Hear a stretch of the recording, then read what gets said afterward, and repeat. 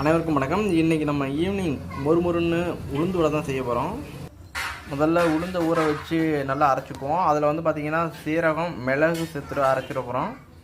காரம் கரெக்டாக இருக்கும், இந்த டேஸ்ட்டும் நல்லாயிருக்கும். அது கூட பெரிய வெங்காயத்தை பொடிசாக நறுக்கி வச்சுருக்கோம். சிறிதளவு இஞ்சி சேர்த்துருக்கோம். ஒரே ஒரு பச்சை மிளகாவை சிறிதாக நறுக்கி வச்சுருக்கோம். கொஞ்சோண்டு கொத்தமல்லி சேர்த்துருக்கோம். இப்போ இது எல்லாத்தையும் நம்ம ஒன்றா சேர்த்து மிக்ஸ் பண்ணிக்குவோம்.